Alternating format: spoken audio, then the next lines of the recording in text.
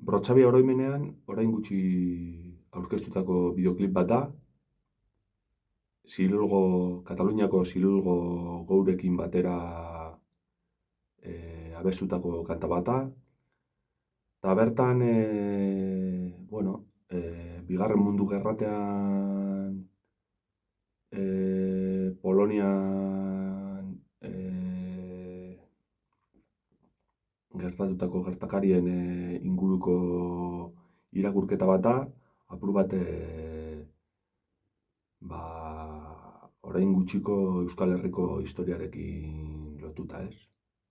Horre Anga Weisma izan da bideoklipa ekoitzi duena, eta momentu batean nik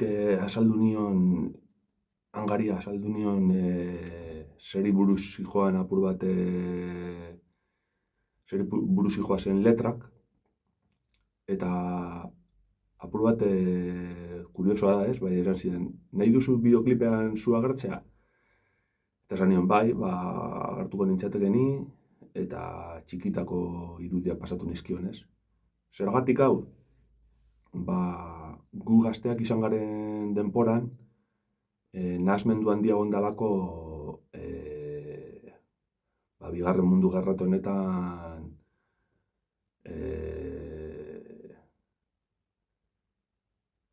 egon ziren nazismoarekin konparatu izan delako euskal mundua edo hemen egon den gatazkan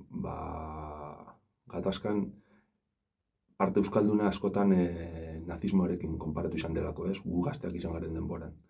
Eta orain ere apur bat gertatzen den zer da, ez? Bai fascismoa, bai nazismoa edozein gauzarekin nahasten da, eta ez dauka zer ikusirik, ez? Ez dauka zer ikusirik, adibidez, konparaketa bat egitearren, ikusten baditugu